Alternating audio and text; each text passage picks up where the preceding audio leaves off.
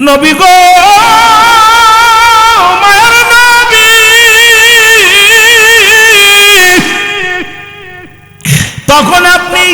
যখন আপনি আমাকে সালাম দিয়েছিলেন নবী গো, তখন আমি উলঙ্গ অবস্থায় গর্তের মধ্যে বসেছিলাম। নবী কয় আনসারী রে তুমি কি শুনাইলা? বলে ইয়া রাসূলুল্লাহ ইয়া হাবিবাল্লাহ, নবী গো স্বামী স্ত্রী মিলে মাত্র একটা পোশাক, স্বামী স্ত্রী মিলে একটা পোশাক নবী গো। যখন মসজিদে আজান দিয়ে দেয় মুয়াজ্জিন সাহেব, ও নবী আমার স্ত্রী উলঙ্গ হইয়া গর্তের মধ্যে বয়া থাকে, এই কাপড়টা পরিধান করে আমি চলে যাই জামাতে নামাজটা আদায় করে আসি গো নবী। আবার এক দড়ি যখন নামাজ শেষ করে বাড়িতে আসি নবী গো, আমি গর্তের মধ্যে ঢুকে কাপড়টা খুলে আমার বিবিরে দিই। যখন আপনি আমার সালাম দিয়েছিলেন আমার বিবি তখন নামাজের মধ্যে ছিল, আর আমি উলঙ্গ অবস্থায় গর্তের মধ্যে বসেছিলাম নবী গো। এই কারণে আপনার সালামের জবাব আমি দিতে পারি না। নবী বলে আনসারী তুমি কি শুনাইলা?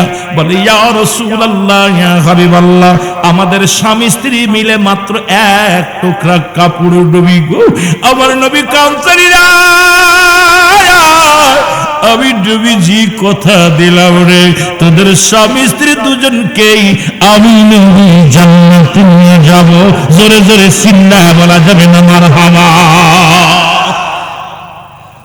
এখন যদি বলি মুসলমান, এই সর্বঈশাপুর জমিনের মধ্যে এমন কোন গরীব আছে রে যে ভিক্ষা করে খায়, যার গাছতলা বাড়ি, তার 2-4টে টুকরা কাপড় আছে?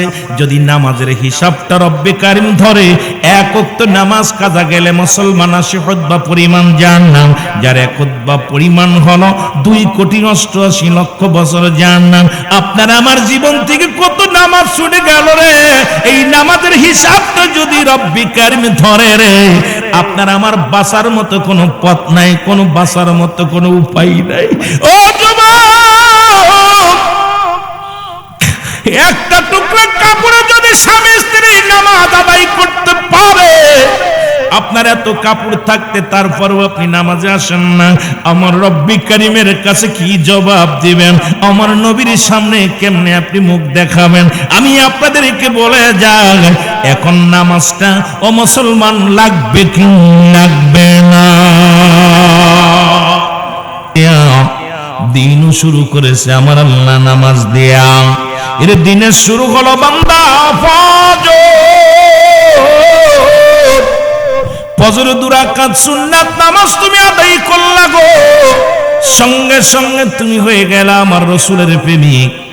এখন রাসূলকে যদি ভালোবাসেন, নবীর উম্মত বলে দাবি করতে হয়, নামাজও আদায় করার দরকার আছে কি না? বলবেন নবীকে ভালোবাসি, সপ্তাহে 7 দিন শেভ করবেন মুসলমান সেলুনে যাইয়া, নামাজও লাগবে না, সুন্নাতে আকীদায় আপনি চলবেন না, আবার বলবেন নবীকে ভালোবাসি, নবীর জন্য জীবন দিয়া দিই। ও যুবক শুনে না, এবার 2 রাকাত ফরজ নামাজ তুমি আদায় করলা গো, সঙ্গে সঙ্গে তুমি হয়ে গেল আমার আল্লাহর গোলাম। যদি তোমার দিনের মধ্যে তোমার মরণ হয়, তোমার মরণটা হবে আমার আল্লাহর গোলাম, নবীর প্রেমিক। যেহেতু নবীর কাছে 1 নাম্বার প্রিয় ছিল নামাজ, আল্লাহ রাব্বুল আলামিন এই জন্য নামাজের গুরুত্ব দিয়েছে দিনের বেলায়। বান্দারে তুমি দিন শুরু করলা, সালাত দিয়ে শুরু করো। ও মুসলমান, যদি এই নামাজটা যদি তুমি আদায় করো, এইবার তোমার দিনের মধ্যে যদি মরণ হয়ে যায় গো, তোমার মরণটা হবে নবীর প্রেমিক, আল্লাহর গোলাম। এই ব্যক্তির দুনিয়ায় কোনো ভয় নাই, কবরে ভয় নাই, মিজানে ভয় নাই। আল্লাহর সাথে যার সম্পর্ক নাই, নবীর সঙ্গে যার প্রেম নাই, সে কেমন মুসলমান আমার বুঝি আসে না। জোরে জোরে চিল্লায় বলেন ঠিক কিনা? কথা বোঝেন? ভাষা বোঝা যায়? ভাষা পরিবর্তন হয় না, যেহেতু আমার বাড়ি মাগুরায়। কথা বুঝেননি? যদি মাগুরা না থাকি অনেক দূরে ছোট্ট গ্রামে, সিলেট অঞ্চলে। গতকালকে সিলেটে প্রোগ্রাম ছিল সুনামগঞ্জ। এত দূর থেকে একটা ওই অঞ্চলে থাকতে থাকতে ভাষা শিখে ফেলেছে। তবে বাড়ির ভাষা এখনো ভুলি নাই, যেহেতু প্রতিবেশী আপনারা, এত দূরে নয়। আর বেশি দূরে আমার মাদ্রাসা না, মাদ্রাসা রামনগর বাজার থেকে ভিতরে রামচন্দ্রপুর দিয়া ভিতরে নারায়ণপুর একটা মাদ্রাসা করছি, মা আমিনা সিদ্দিকিয়া মডেল মাদ্রাসা, বিশাল মাদ্রাসা। যে মাদ্রাসায় মাঝে মাঝে আসি, যখনই ছুটি পায়, যখনই দৌড় দিয়ে সময় পায়, একটা দড়ি চলে আসি মাদ্রাসায়। তা আপনাদের ভাষা, এই মধুখালীর ভাষা আর মাগুরের ভাষা বেশি পার্থক্য না, সমানই। চেষ্টা করবো আমার ভাষায় কথা বলার জন্য, আপনার ভাষায় কথা বলার জন্য, বাকিটা আল্লাহ পাকি ভালো জানে। মহব্বতের সঙ্গে দুরূদ শরীফ পড়েন। আল্লাহুম্মা সাল্লি আলা সাইয়্যিদিনা মুহাম্মদ নবিয়ানা শাফিয়ানা। আরো জোরে বলেন, আল্লাহুম্মা সাল্লি আলা সাইয়্যিদিনা মুহাম্মদ নবিয়ানা শাফিয়ানা। আদম যখন মাটি পানি মরণ বীজে খোদা রাসূল। আদম যখন মাটি পানি মরণ বীজে খোদা রাসূল। তার উপরে পড়েন দুরূদ, তার উপরে পড়েন দুরূদ আল্লাহ ফেরেশতাকুল। আল্লাহুম্মা সাল্লি আলা সাইয়্যিদিনা। বাবা মহব্বত দেন, একটু ভালোবাসা দিয়ে আমার থেকে ওয়াজ আদায় করে নিতে হবে। আপনারা যত তাড়াতাড়ি আসবেন, যত প্রেম দিবেন, সুন্দর সুন্দর কথা শুনতে পারবেন।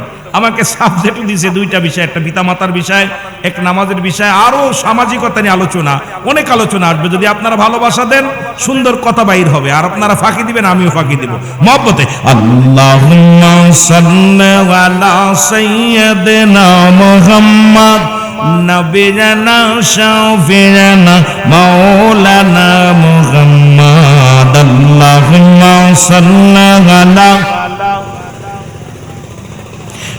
নবিয়ানা শাফিয়ানা মাওলানা। উড়ে যাও রে রাতের হাওয়া, যাও রে উড়ে মদিনায়। উড়ে যাও রে মাহফিলের হাওয়া, যাও রে উড়ে মদিনায়। এ গোলামের সালাম খানি, এই গোলামের সালাম খানি পৌঁছাই দিও মদিনায়। আল্লাহুম্মা সাল্লি আলা নবিয়ানা শাফিয়ানা মাওলানা মুহাম্মদ। আল্লাহুম্মা সাইয়্যিদিনা মুহাম্মদ নবিয়ানা শাফিয়ানা। এ দুনিয়ার মুসলমান,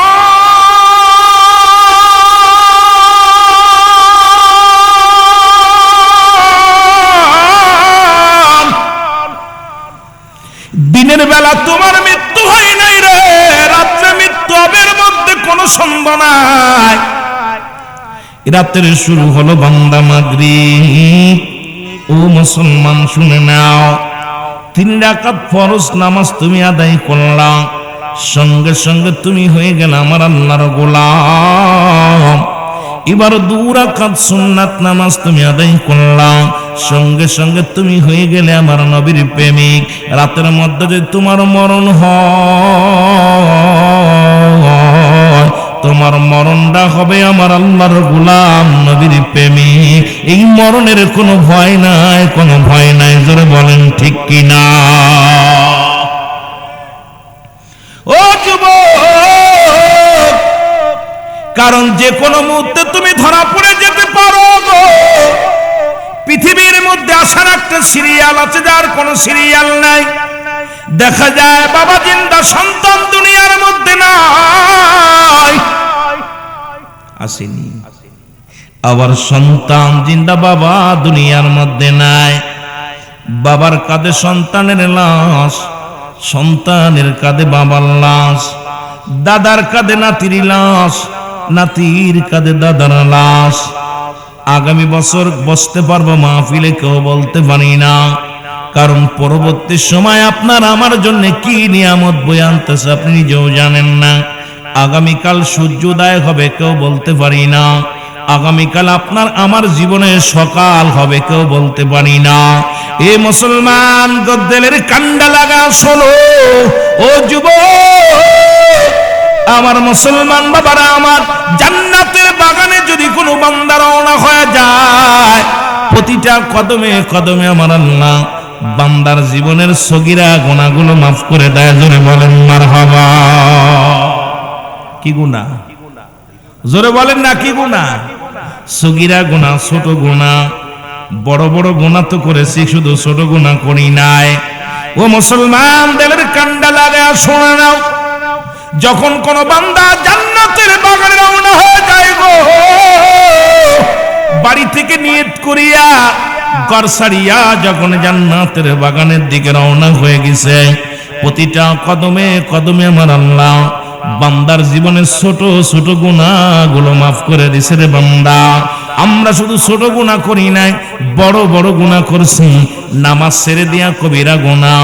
মুসলমান শুনে নাও, দিলের কান্ডা লাগা শুনে নাও। নামাজ ছেড়ে দিয়া কবিরা গুনাহ, মিথ্যা বলা কবিরা গুনাহ, বেগানা নারীর সঙ্গে দেখা দিয়া কবিরা গুনাহ, বেগানা পুরুষের সঙ্গে দেখা দিয়া কবিরা গুনাহ। হয়তো আমার ওয়াজ শুনে অনেক আলেমের কষ্ট লাগবো। আজকে যারা যাদের সঙ্গে দেখা দিয়া জায়েজ, তাদের সঙ্গে বিয়ে করা হারাম। যাদের সঙ্গে দেখা দিয়া হারাম, তাদের সঙ্গে বিয়ে করা জায়েজ। আজকে বাংলাদেশের মধ্যে পর্দা নাই, বড় কষ্টের মধ্যে আছি রে যুবক। আজকে সমাজ নষ্ট। নামাজ যেমন ফরজ, পর্দাও তেমনি ফরজ। আজকে ওয়াজগুলো করতে হয়, বড় কষ্ট হয়। কোন দিক থেকে কোন দিকে যাব রে মুসলমান? এই গুনাহগুলো মিথ্যা বলা কবিরা গুনাহ, বেগানা নারীর সঙ্গে দেখা দিয়া কবিরা গুনাহ, বেগানা পুরুষের সঙ্গে দেখা দিয়া কবিরা গুনাহ।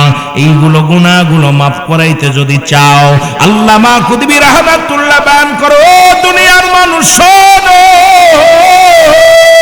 বান্দা যখন রিয়াজুল জান্নাহ বেহেশতের বাগানের সংবাদ শুনিয়া ওই জান্নাতের বাগানখানা আঁকড়ে ধরিয়া কবরের ভয়ে, জাহান্নামের ভয়ে, মরণের ভয়, বান্দা যখন আল্লাহর দরবারে খাস তওবা করে আল্লাহ বলে ডাক দেয়, কারণ কিয়ামত পর্যন্ত আর কোন নবী আসবে না। কিয়ামত পর্যন্ত নবীদের দরজা বন্ধ, তওবার দরজা খোলা। ও যুবক, একটু খেয়াল করে শোনো, কারণ কার জীবনের শেষ মাহফিল বলতে পারি না, কার জীবনের শেষ রাত বলতে পারি না। বান্দা যখন জীবনের গুনার কথা মনে করিয়া খাস তওবা করে ডাকতে বলে, রব্বুল আলামিন,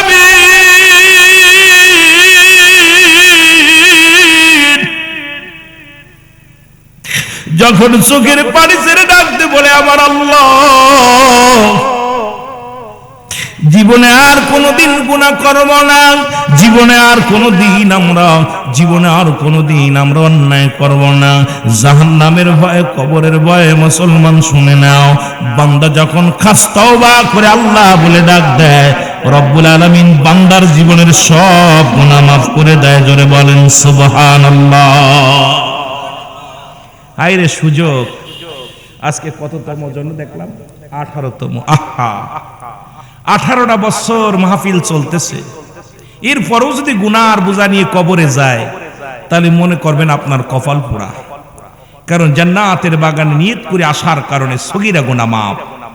এখানে বসে খাস তওবা করে আল্লাহ বলে ডাক দিলেই রব্বুল আলামিন খাস তওবা করে কবরের ভয়ে, জাহান্নামের ভয়ে, আল্লামা কুতুবী রাহমাতুল্লাহ বয়ান করে, বান্দা যখন গুনাহ আসমান থেকে জমিন পর্যন্ত, খালি জায়গা পর্যন্ত গুনাহ করে ফেলেছে, বান্দা অনুশোচনা আসছে ভিতরে, আল্লাহ আমাকে তুমি মাফ করে দাও, আর পিছনে আর সামনে গুনাহ করব না।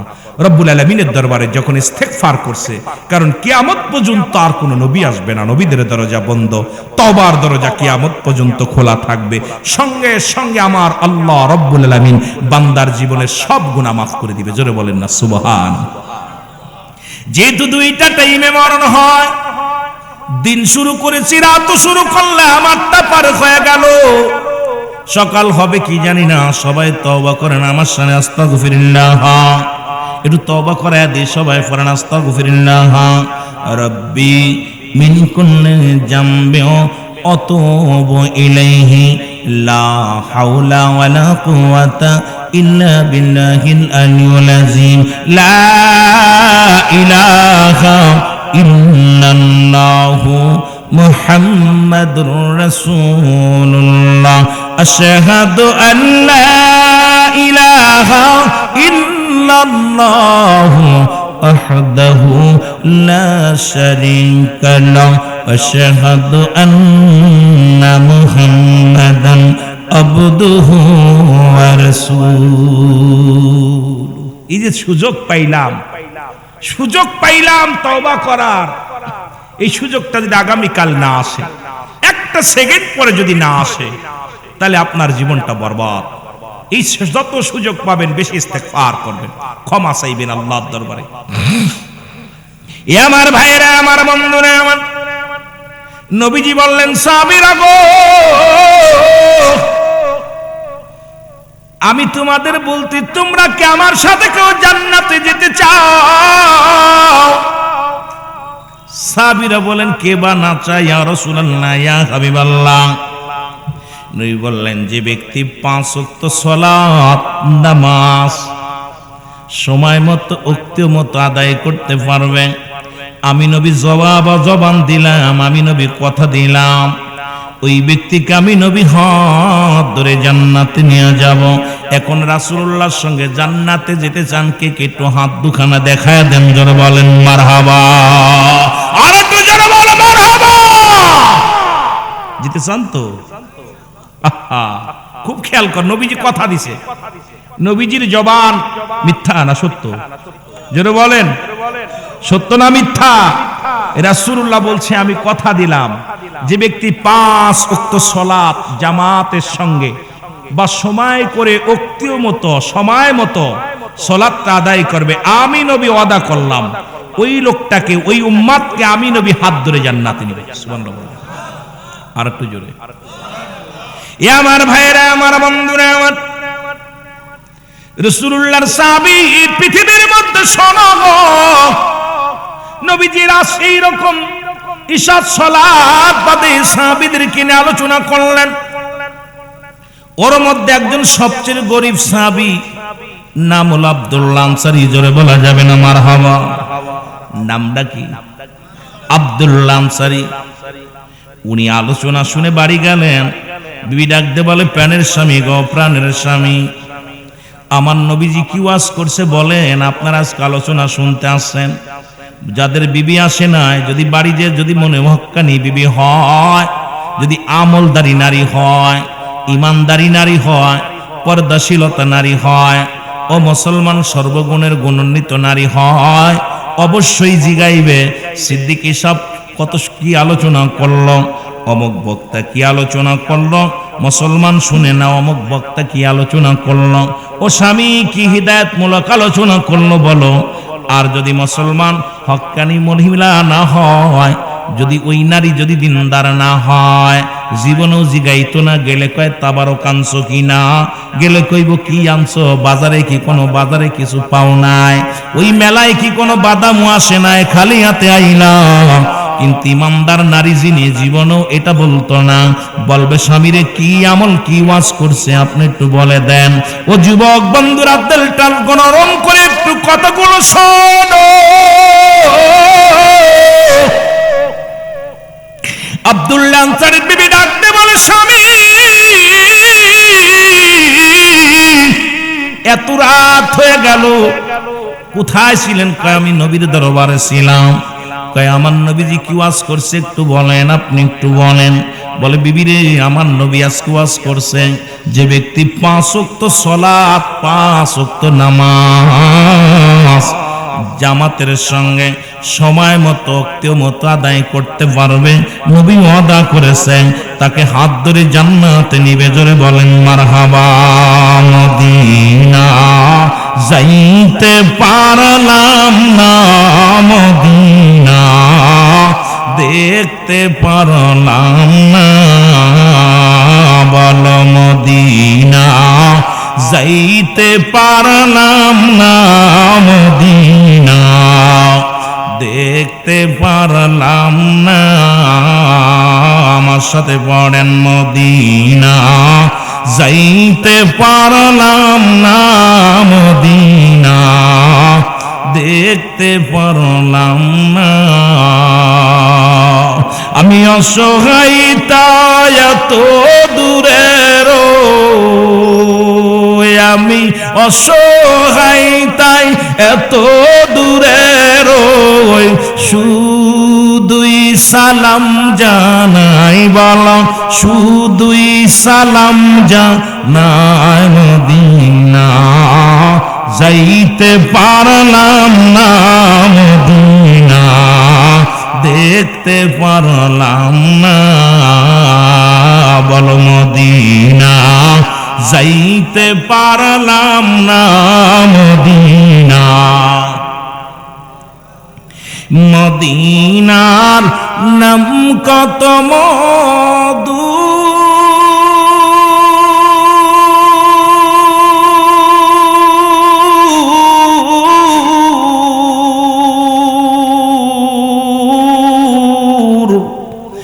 মদিনা আর যে কত দূর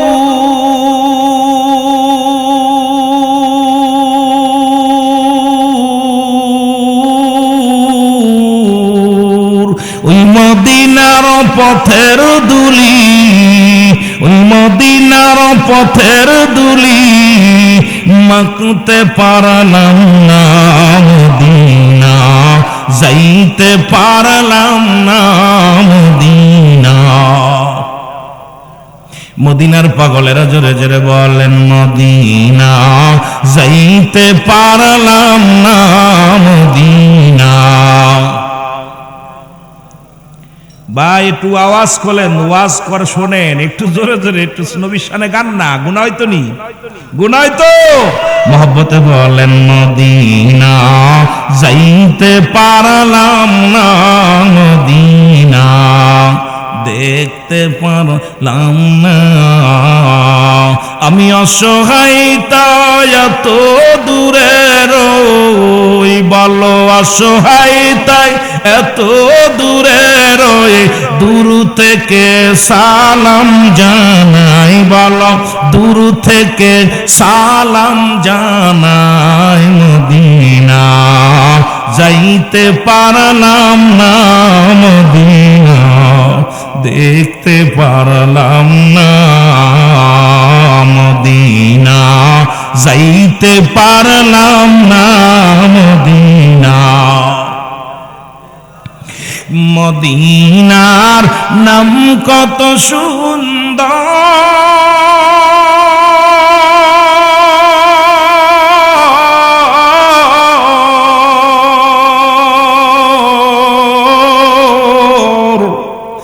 মদিনা কেরে সে অন্তর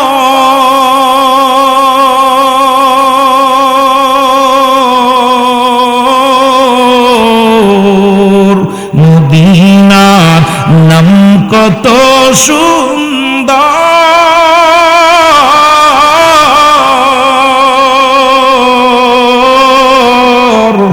মদিনা কেরে সে অন্তর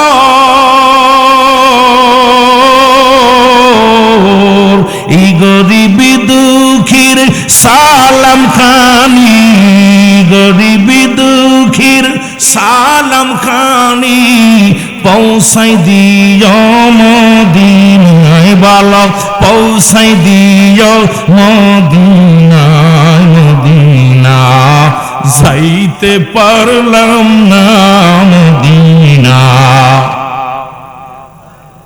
আয় হায় মদিনার যদি ভালোবাসেন একটু আওয়াজ দিয়ে বলেন মদিনা যাইতে পার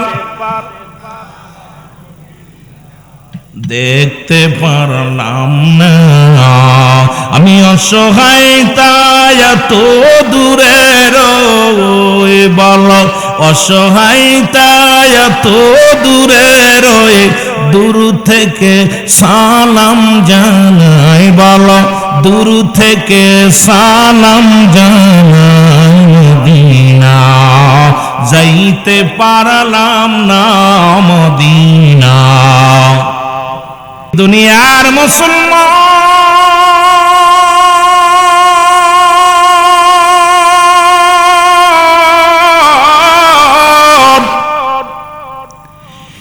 আল্লাহর নবীর সাহাবী মুসলমান শোনো শোনো আব্দুল্লাহ আনসারী ডাক দেখো বিবি আমার নবী ওয়াজ করছে রে যদি কোনো ব্যক্তি 5 ওয়াক্ত সালাত কোনো ব্যক্তি 5 ওয়াক্ত নামাজ সময় মতো মতো আদায় করতে পারে, রাসূলুল্লাহ তার হাত ধরে জান্নাতে নিয়ে যাবে। ডাক দে বিবি, ডাক দি কয় প্রাণের স্বামী, আপনার কাছে একটা মাত্র দাবি আমার গো। কেমন বিবি, কেমন স্বামী, ও নবীর পাগলেরা শোনো, ও আমার আল্লাহর বান্দা বান্দিরা শুনে নাও।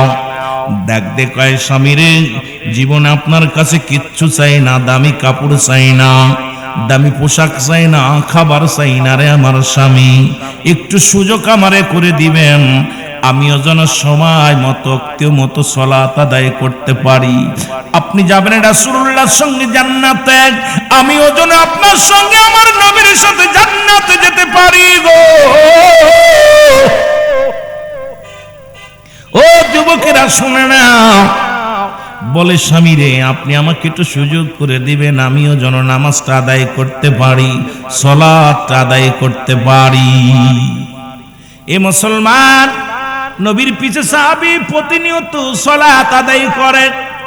রাসূলুল্লাহ দেখে সাহাবী প্রতিদিন আপনাদের ইমাম সাহেব হুজুর যিনি ইমামতি করেন নিয়মিত মুসল্লিদের চেনে। মুসলমান শোনো, দুদিন যদি অ্যাবসেন্ট হয়, ইমাম সাহেব জিগাইব মুখ মুসল্লি কই গেছে, মুয়াজ্জিমকে জিগাইব মুয়াজ্জিম ভাই অমুক মুসল্লির তো একটা সপ্তাহ দেখি না, আর এক মুসল্লির জিগাইবে ভাই অমুক মুসল্লির তো দেখি না।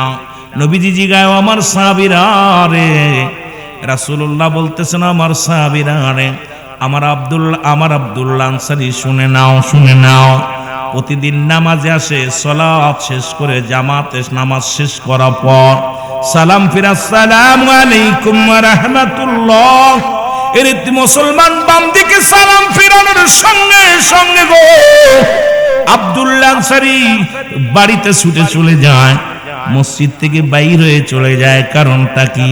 বলি ইয়া রাসূলুল্লাহ, ইয়া হাবিবাল্লাহ, আপনার সাহাবী হয়তো দুনিয়ার কোনো ঝামেলায় পড়ে গেছে, দুনিয়ার কোনো প্রেমে পড়ে গেছে। নবী কয় না না, আমি নিজেই যাব।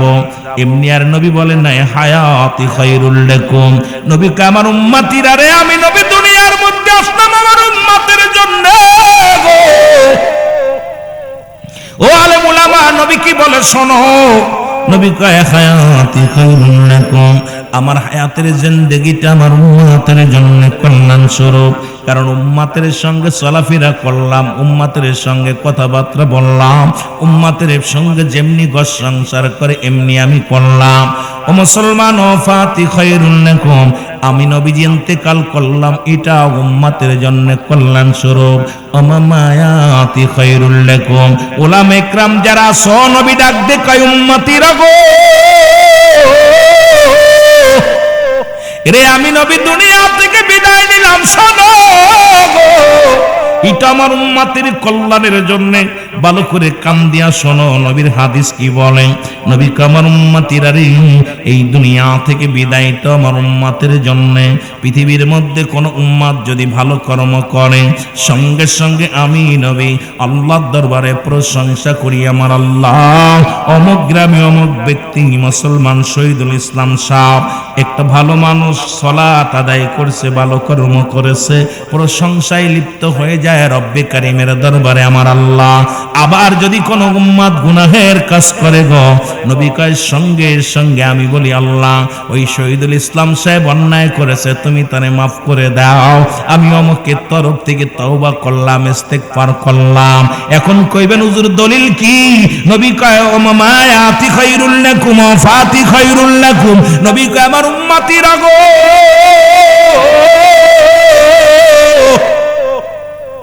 এই পৃথিবীর মধ্যে যদি কোন উম্মত গুনাহের কাজ করে রে, সঙ্গে সঙ্গে আমি নবী আমার উম্মতের হইয়া ইস্তিগফার করি, আমি মাফ চাই আমার আল্লাহর দরবারে। এমন নবী কয়জন পাবে রে মুসলমান? শুনে নাও, যিনি উম্মতের কান্ডারি, রাহমাতাল লিল আলামিন। জোরে বলেন মারহাবা, আর জোরে জোরে সিল্লায়া বলা যাবেন আল্লাহু আকবার। আল্লাহর নবী কয় সাহাবীরা রে, আমি নবী নিজেই যাব। আব্দুল্লাহ আনসারীর বাড়িতে নবীজি গেলেন, সালাম দা, আসসালামু আলাইকুম ইয়া আহলাল বাইত। আসসালামু আলাইকুম আলাল বাইত। তিনবার নবীজি সালাম দিলেন, কোনো উত্তর পাইলেন না। কোন মুসলমানের বাড়ি সালাম দিবেন যখন প্রবেশের হুকুম না পাবেন, সালামের জবাব না পাইলে এই বাড়িতে ঢোকার এখতিয়ার আপনারা নাই। কিন্তু আমার দেশের এখন তো এইটা নিয়ম নাই।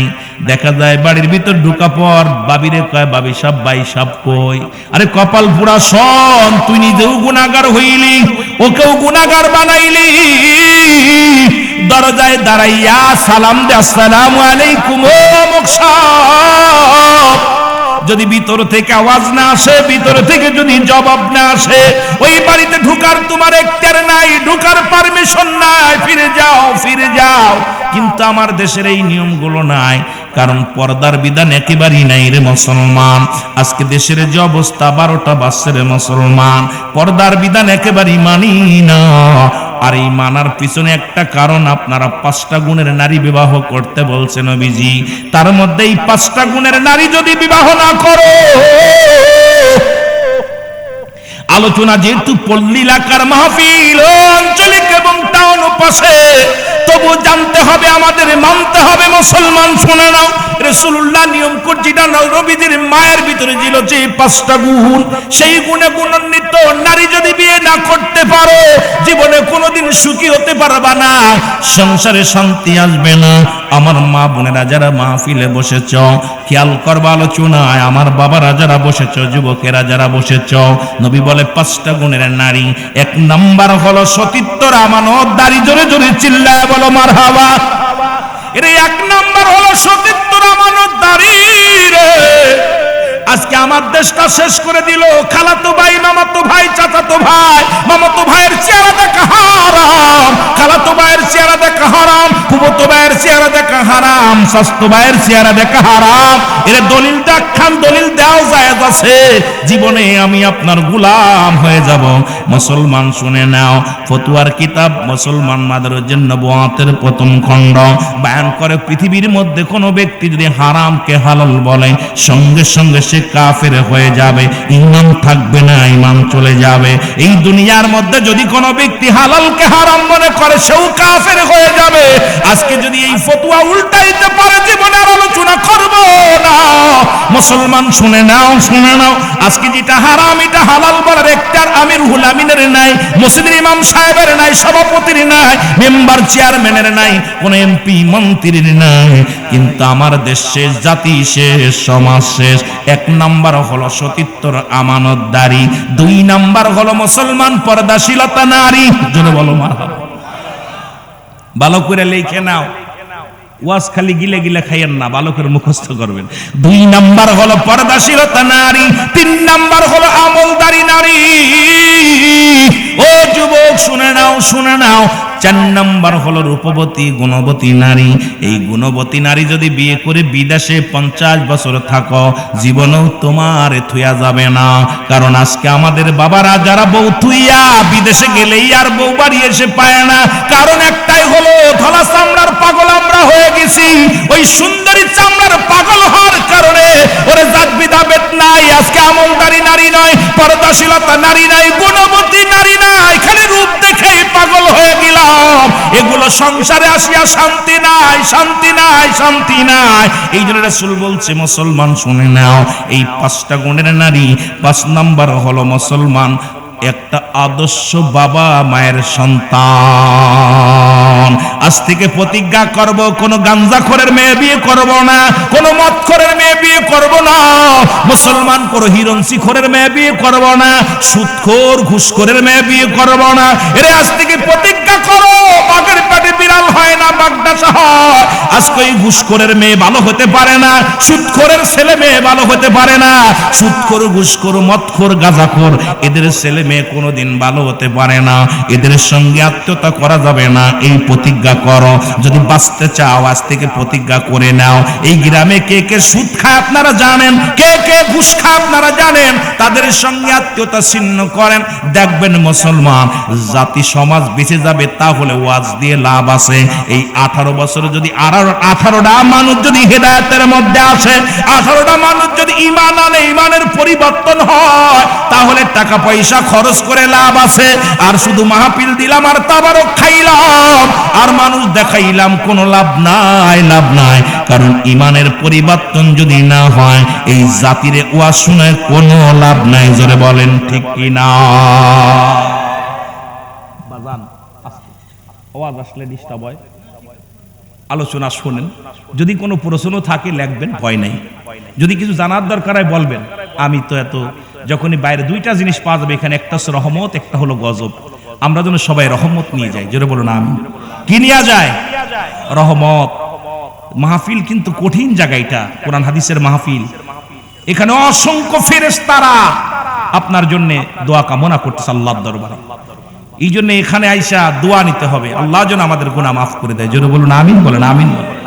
যেটা বলতেছিলাম, কয়টা গুণ? 5টা গুণের নারী। নাম্বার 1 সতীত্বের আমানতদারী, নাম্বার 2 আমলদারী নারী, নাম্বার 3 পর্দাশীলতা নারী, নাম্বার 4 গুণবতী রূপবতী নারী। যারা যারা দেখবেন গুণবতী, তারা দেখবেন মেয়েটা সারা জীবন স্বামীর দাঁত কামিয়ে পড়ে থাকবে, জীবনেও স্বামীর দুঃখ ভাগাভাগি করে নিবে, স্বামীকে কখনো কষ্ট দিবে না। হাজারো কষ্ট থাকবে, কোনোদিন তার মা বাবার কাছে স্বামীর বিরোধিতা করবে না, স্বামীর বাবা মায়ের বিরোধিতা করবে না। ওই মানুষটা পরের সংসার, স্বামীর সংসারটাকে নিজের আপন বানিয়ে নেবে। এই দুনিয়ার মধ্যে সব ভুলে যাবে, কিন্তু স্বামীর একটু ক্ষতি হোক, স্বামীর একটু চরিত্রের পর একটু আশার আসুক, কলঙ্ক আসুক, এটা কখনো নারী চাবে না।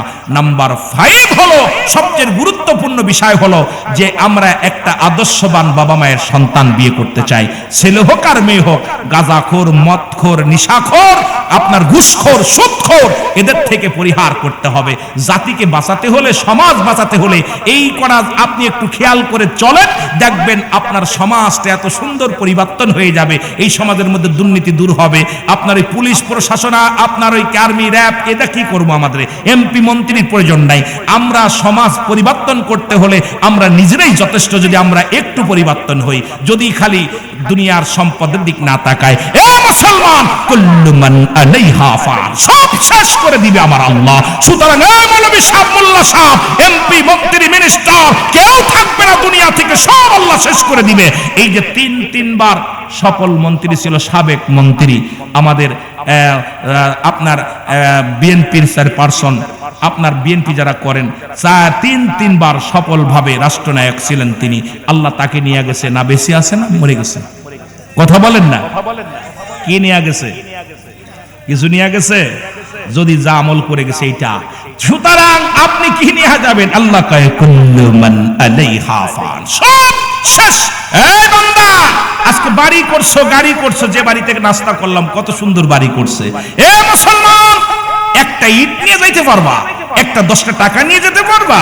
তুমি কি নিয়ে যাবা? তোমার আমল ছাড়া কিচ্ছু নিয়ে যেতে পারবা না।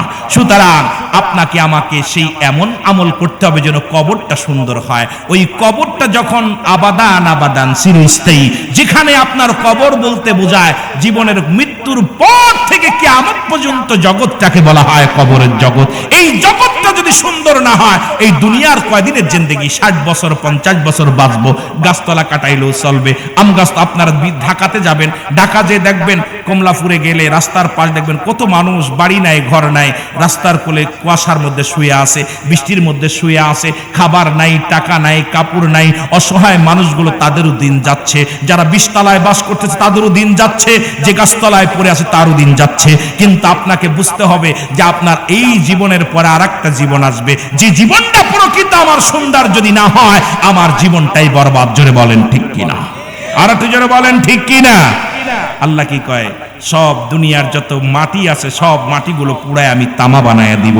এই জমিনে যত মাটি আছে, এই মাটি যে কত ফাঁকি দিলাম, বোনেরে ফাঁকি দিছি, ভাইয়েরে ফাঁকি দিছি, ভাই হয়ে ভাইয়েরে ফাঁকি দিছি, সন্তানকে ফাঁকি দিছি। অনেক বাবা আছে বেয়াদব, সেই বাবাগুলো আমাকে বাবা মায়ের দিকে যেতে হবে। আলোচনা, অনেক আলোচনা, আমি বাস্তবতা নিয়ে আমি আলোচনা করি বেশি, কারণ রুহুল আমিন সিদ্দিকী বাস্তবমুখী বক্তা।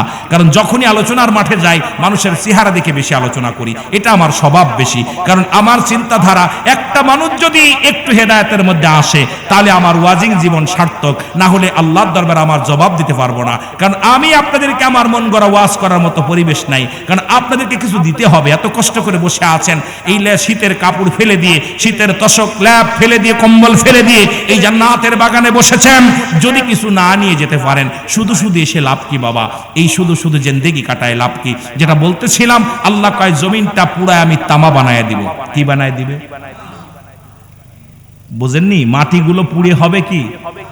তামা। কত ভাই ভাইরে ফাঁকি দিচ্ছে, কত ভাই পরের জমি ঠেলে লাঙ্গল চষে যায়, লাঙ্গল বেঁকা করে ঠেলে দেয়। কুবাইতে যায়, কালেমা পড়ে, লা ইলাহা ইল্লাল্লাহর কালেমা পড়ে, আর মাটি কুবাই কুবাই আতাল বাড়ায়। আই বোকা পণ্ডিত শোন, বোকা পণ্ডিতের দলেরা শোন, এত পণ্ডিতগিরি করিস না, বোকার স্বর্গে বাস করিস না। একটা কুদাল মাটি নিতে পারবি না, কারণ 3.5 হাত মাটি এইটাই অরিজিনাল তোমার জন্য। তাও কারুর কপালে আছে, কারুর কপালে নাই। যদি হাঙ্গর কুমিরে খেয়ে ফেলে, যদি পুড়িয়ে ছাই করে দেয়, তাহলে এটাও পালাম না। জোরে বলেন ঠিক কিনা? আর একটু জোরে বলেন ঠিক কিনা? আমার বাবারা, আমার বন্ধুরা, আমার গভীর মনোযোগ, যে কথাগুলো খেয়াল করবেন। আল্লাহ বলে এই জমিনের মধ্যে যত পানি আছে সব পানি পুড়ে ছাই হয়ে যাবে। কুল্লু মান আলাইহা ফান, সব শেষ করে দিবে কে? আর একটু জোরে বলেন না কে? না প্রধানমন্ত্রী? আমার ভাইজান যদি করে মানবেন? আমি করলে মানবেন? কাউরে মানবেন? আল্লাহ কয় জমিনটা তামা বানায় দিব। জমিনের মধ্যে যত মাটি আছে সব মাটি পুড়ে তামা হয়ে যাবে। জমিনের ভিতরে যত পানি আছে সব পানি পুড়ে ছাই হয়ে যাবে। যেদিন কিচ্ছু বলতে কিচ্ছু থাকবে না, সেদিন থাকবো আমি আল্লাহ। জোরে বলেন না মারহাবা। কে থাকবে? কে থাকবে? বন্দেগী করব কার? সেজদা করব কার? আরো জোরে বলেন গোলামি করব কার? না মানুষের গোলামি করবেন? কার গোলামি করবেন? মনে থাকবো? জোরে বলেন থাকবো। এই যে নির্বাচন আসছে, সকালবেলা 500 পাই বলবেন আমি আপনারে দিব ভোট, বিকেল বেলা 1000 পাইলে করে আমি দেবো আপনারে ভোট। এরপরে নির্বাচনের আগের দিন মানুষ কয়জন? 5 জন, 5 5 2500। যেই পকেটের ভিতর দেবে কয় ভোট দিব আমি তোরে। ইমান চোর, সকালবেলা ইমান আনবে, বিকেল বেলা ইমান চলে যাবে। সুতরাং ইমানটা চলে গেলে পৃথিবীর মধ্যে সব আমল বরবাদ হয়ে যাবে। যেমন রুহুটা চলে গেলে বডির কোনো মূল্য থাকে না, এই রুহুটা হলো সবচেয়ে মূল্য। আজকে আমার বন্ধু আমিনুল আসছে, ওর বাবা জালাল ছিল, জালালউদ্দিন ছিল আমার চাচা। উনি এই আপনার মধুখালী মিলে চাকরি করতো, আমার ফ্রেন্ড। যদিও আজকে আমার সামনে আসছে, বসছে, আমার অনেক একসাথে লেখাপড়া করেছি। আমার বাবারা, এই যে আমার বন্ধু আজকে আপনার আসছি না, সামনে বসে আছে, যে এই যে সামনে বসে আছে, এক বাবার একই ছেলে। ও কিন্তু আমার ফ্রেন্ড হয়, কিন্তু ও আমারে যদিও লজ্জা পায় পরিচয় দিতে, আমি পাই না লজ্জা। কেন? আমার বন্ধু তো বন্ধুই। সবাই যে আলেম হবে না, সবাই ড্রাইভার হলে প্যাসেঞ্জার হবে কে? সবাই যদি ড্রাইভার হয় প্যাসেঞ্জার তো পাবো না, সবাই যদি হেল্পার হয় কন্ট্রাক্টর পাবো না। এই জন্য এক একজনেরকে এক একটা দায়িত্ব আল্লাহ দিয়েছে। সবাই ইমাম হলে মুসল্লি হবে কে? জোরে বলেন ঠিক কিনা? সবাই যদি নেতা হয় শ্রোতা হবে কে? জোরে বলেন ঠিক কিনা? বন্ধুর বাবা কিন্তু দুনিয়া থেকে চলে গেছে। সেও অনেক আমাকে মায়া করতেন, আব্বা ছাড়া কোনোদিন কথা বলতেন না। আমি একাধিকবার আসছি ওদের বাড়ি মাহফিল করতে। তা আমি ছাত্র জীবনেই ওদের বাড়িতে ওয়াজ করতাম, কারণ আমি আমার জীবনে ছোট্টবেলা থেকেই ওয়াজিং জগতে চলে গেছি। তাই ওয়াজিং জগতে যখন গেছি তখন আমি কিন্তু আলোচনার ময়দানে, আর চিরদিনে আমার হক কথা আমার জবান দিয়ে যতগুলো আলোচনা দেখবেন ইউটিউবেতে, একটা ওয়াজে কাউকে ছাড় দিয়ে এক চিন্তিত পরিমাণ ছাড় দিয়ে রুহুল আমিন সিদ্দিকী ওয়াজ করে নাই। কারণ সব সময় ন্যায়ের পথে কথা বলে গেছি। তাতে ফাঁসি আসলে ফাঁসির দড়ি নিতে রাজি আছি, কারণ পক্ষপাতী আলোচনা আমার দ্বারাই পাবেন না। যত আলোচনা আসবে আপনার আমার বিপক্ষে যাক আর পক্ষে যাক দেখার বিষয় না, আমার আলোচনা আসবে আল্লাহ রাসূলের পক্ষে, আপনার দ্বীনের পথে, ইসলামের পথে। কারণ আমার দ্বারাই কারো দালালি করা সম্ভব নয়, করিও নাই, আল্লাহ যেন না করায়। জোরে বলেন মারহাবা। আর একটু জোরে বলেন মারহাবা। যারা বলতেছিলাম যে ব্যক্তির জীবনে অমূল্য সম্পদের নাম রুহু। আমার বাজান বসে আছে, এখন রুহুটা চলে গেছে, এই বডির আর দাম নাই। একই মাইক ইমাম সাহেব বলবে, নামটা কি আব্বাজান? সোহারা মারহাবা, আমাদের সভাপতি মারহাবা, আমাদের শহীদুল ইসলাম ভাই। যদি সকালবেলা মাইক আঁকবে, অমুক ব্যক্তি রাত 10টায় ইন্তেকাল করছে, কে? শহীদুজ্জামান, শহীদুল ইসলাম সাহেব ইন্তেকাল করছে। ওই মাইকেই বলবে মরহুমের জানাজার নামাজ আজ সকাল 10টায় অনুষ্ঠিত হবে। আরে নামটা বলবে না, শহীদুল ইসলাম নামটা খালি একবার বলবে যে শহীদুল ইসলাম ইন্তেকাল করেছে, এরপরেই বলবে মরহুমের জানাজার নামাজ। কি বাজান? কি বলবে? মরহুমের জানা। এই মানুষগুলোর আপনি ভালোবাসেন, যে মানুষটা আপনার নামটা পর্যন্ত নিয়ে বন্ধ করে দিবে, এরপরে ইমাম সাহেব কই মায়েতের লাশ নিয়ে আসেন, তাড়াতাড়ি নিয়ে আসেন, বলবে না শহীদুল ইসলামের লাশটা নিয়ে আসেন। ইমাম সাহেব কইব তাড়াতাড়ি নিয়ে আসেন লাশটা। ইমাম সাহেব বলবো, মোল্লা সাহেব বলবো, মাতবার সাহেব বলবো, ভাই তাড়াতাড়ি লাশটা নিয়ে আসেন, জানাজা পড়াই দিই, তাড়াতাড়ি আসেন, সবাই আসেন। সবাই বারবারই করবে, কেউ বলবে না শহীদুল ইসলামের জানাজা পড়ে আসলাম, কবে মায়েতের লাশটা জানাজা পড়ে আসলাম। আহারে, এই পৃথিবীর মানুষের জন্য এত কিছু করতেছি আমি, ঘুষ সুদ জিনা ব্যভিচার অন্যায় জুলুম আমি আপনি করতেছি, কিন্তু একবার কি চিন্তা করছেন যে আপনি মরার পরে আপনার নামটা পর্যন্ত নেবে না, আপনি হয়ে যাবেন মরহুমা আর মরহুম। জোরে বলেন ঠিক কিনা, আরো জোরে বলেন ঠিক কিনা। আহারে জীবন, আহারে জীবন, কি নিষ্ঠুর পৃথিবী। বলার সঙ্গে সঙ্গে রুহুল আমিন সিদ্দিক ইন্তেকাল করছে। রুহুল আমিনের লাশ আগামীকাল সকাল 10টায় অনুষ্ঠিত, তাই বলবো? নাম থাকবে, লাশটার নাম কি হয়ে যাবে? মরহুম। আহা, যদি আপনাদের এলাকায় কি বলে জানি না, তবে সারা পৃথিবীতে একই অবস্থা, ঠিক কি না? বলবে মরহুমের জানাজার নামাজ আগামীকাল সকাল 10টায় অনুষ্ঠিত হবে। এই তো আপনার আমার জিন্দেগি। তারপরে যদি এই মানুষটা না বোঝে, রে কেমনে বুঝাইবেন আপনি? আমি বুঝি না, আমারে বুঝাইবেন কেমনে? এই জন্য ব্যক্তির জীবনের অমূল্য সম্পদের নাম হলো রুহু, আর মানব জীবনের অমূল্য সম্পদের নাম হলো ঈমান। রুহুবিহীন যেমন বডির মূল্য নাই, ঈমানবিহীন কোন আমলের মূল্য নাই। আপনার ঈমান নাই, সব বরবাদ। ঈমান যদি না থাকে, ওযু যদি না থাকে, তো সিজদা দিলে কুফরি হয়ে যাবে, ঠিক কি না? ওযু ছাড়া নামাজ হইব? কথা বলেন, হইব? এখন ওযু ছাড়া তো যেমন নামাজ পড়লে কুফরি হয়ে যাইব, এ মুসলমান তদ্রুপ ঈমানবিহীন সব আমলগুলো বরবাদ হয়ে যাবে। এই জন্য আমি আপনাদেরকে বারবার অনুরোধ করব, ঈমান হলো ব্যক্তির জীবনের অমূল্য সম্পদ, মানব জীবনের অমূল্য সম্পদ। এটা যেন কখনো বিক্রি না হয়, এটা যেন সকাল সন্ধ্যা না যায়, এটাকে মজবুত করে ধরে রাখবেন, ঈমানের পর থাকবেন। এই দুনিয়া ক্ষণস্থায়ী, চিরস্থায়ী হলো কবর। এই জিনিসটা যার অন্তরের ভিতর আছে, এই মানুষটা তো কখনো জুলুম ব্যভিচার অন্যায় কোনো কিছু করা সম্ভব না। জোরে বলেন ঠিক কিনা। আল্লাহুম্মা সাল্লি আলা সাইয়্যিদিনা। কি বিপদে পড়লাম, কালেমা পড়তে পারে না, জিকির করতে পারে না, দুরূদ পড়তে পারে না, কাদের সামনে মারি নিয়ে আইছে বুঝলাম না। একটু মহব্বতে বলেন আল্লাহুম্মা সাল্লি আলা আর নবিয়ানা শাফিয়ানা মাওলানা মুহাম্মদ। আল্লাহুম্মা উড়ে যাও রে রাতের হাওয়া, যাও রে উড়ে মদিনায়, উড়ে যাও রে রাতের হাওয়া, যাও রে উড়ে মদিনায়। এই গোলামের সালাম খানি, এই আশেকের সালাম খানি পৌঁছাই দিও রওয়াজ। আল্লাহুম্মা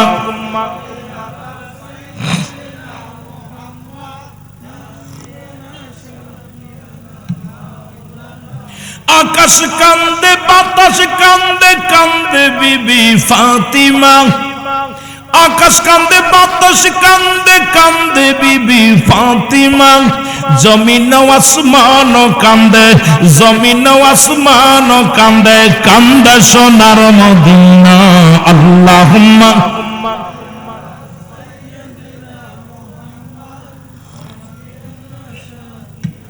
আরো জোরে, এর নবিয়ানা শাফিয়ানা মাওলানা মুহাম্মদ। আল্লাহুম্মা এ দুনিয়ার মুসলমান,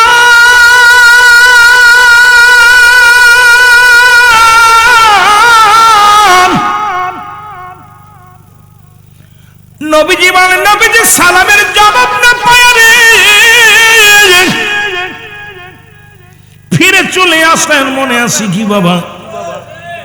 রাসূলুল্লাহ ফিরে চলে আসলেন, পিছন থেকে সালাম দাও, ওয়ালাইকুম আসসালাম ইয়া রাসূলুল্লাহ, ওয়ালাইকুম আসসালাম ইয়া হাবিবাল্লাহ, ওয়ালাইকুম আসসালাম ইয়া রাহমাতাল লিল আলামিন। নবী বলে, আনসারী রে, তুমি তিনবার সালামের জবাব দিলা, তার মানে আর বুঝতে বাকি নাই, তুমি সালাম শুনেছিলে, তুমি উত্তর দাও নাই। আনসারী বলি, ইয়া রাসূলুল্লাহ ইয়া হাবিবাল্লাহ, কেন জবাব দিই নাই আমি কেমনে আপনার বলবো? যদি একটু দয়া করে আমার বাড়িতে যাইতেন, নবী গো আমি বলতে পারতাম, কেন উত্তর দিই নাই? নবী বলে চলো। এমনি আর নবীকে সর্বে গুণের গুণান্বিত করেন নাই। নবীজিকে বায়ানাত, উত্তম ব্যবহার, উত্তম আখলাক, উত্তম চরিত্র দিছে আমার আল্লাহ। আমার নবীজি রওনা হয়ে গেলেন। জয়া যখন রওনা দিয়ে চলে গেলেন আনসারীর বাড়িতে, আনসারী দরজা খুলে দিছে। দরজা খুলে দেওয়ার সঙ্গে সঙ্গে ভিতরে দেখতে পাইলেন আনসারী বিশাল বড় একটা গর্ত খোঁড়া। আল্লাহর নবী ডাক দিয়ে বলে, আনসারী রে, এত বড় গর্ত কেন খোঁড়া তোমার দরজায়? বলি, ইয়া রাসূলুল্লাহ, ইয়া হাবিবাল্লাহ, যখন আপনি আমাকে যখন সালাম দিয়েছিলেন, আমি আপনার সালামের জবাব দিতে পারি নাই। নবী গো, মায়ের নবী,